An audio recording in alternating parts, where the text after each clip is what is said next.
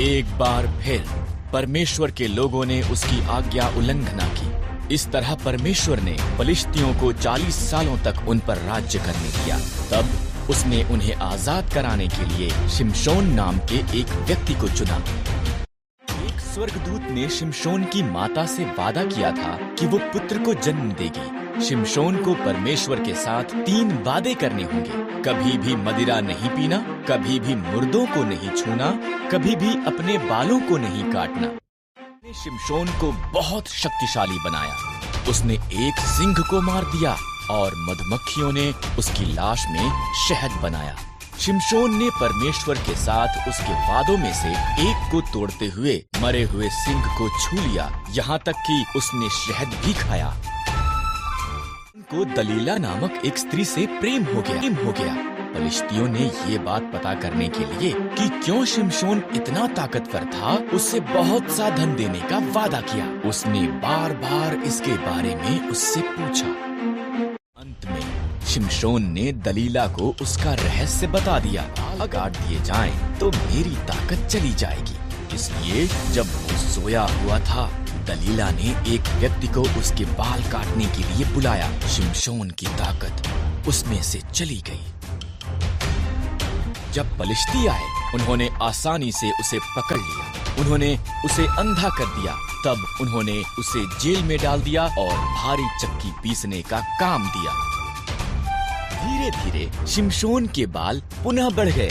फलिश्ती उसे उनके झूठे देवता दागोन का उसे हराने में धन्यवाद करने के लिए उनके मंदिर में लाए। शिमशोन ने परमेश्वर से कहा कि एक अंतिम बार उसे ताकतवर बना दे।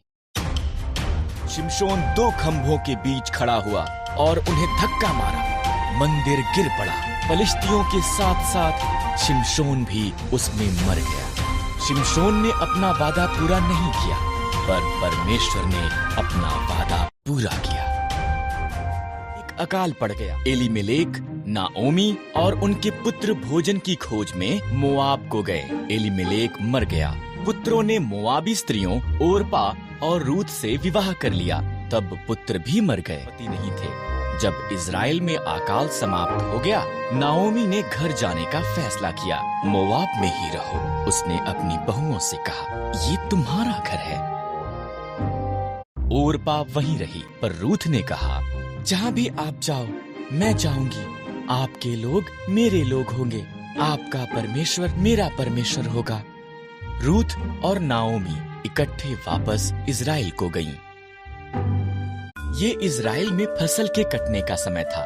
नाओमी ने रूथ से कहा कि वो जाकर खेत में काटने वालों के पीछे फसल को बीन ले। खेत एलीमेलेक के संबंधी बोअज का था। बोअज रूथ के पास आया। तुम नाओमी के साथ बहुत अच्छी रही हो, बोअज ने कहा। घर छोड़ना मुश्किल रहा होगा, परमेश्वर तुम्हें आशीष दे। उसने रूथ को भोजन दिया और अपने जवानों को उसकी देखरेख करने को कहा। रूथ ने नाओमी को बताया कि क्या हुआ था। नाओमी मुस्कुराई।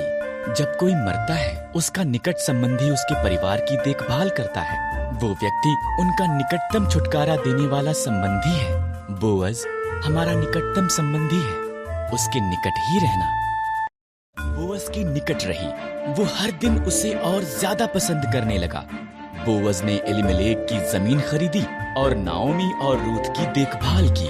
तब उसने रूथ को उसके साथ विवाह करने के लिए कहा। ओबेद का पुत्र यिशै था। यिशै का पुत्र दाऊद था और दाऊद इज़राइल का महान राजा बन गया। इसलिए परमेश्वर ने रूथ को आशीष दी, ठीक जैसा कि बोअज ने प्रार्थना की थी।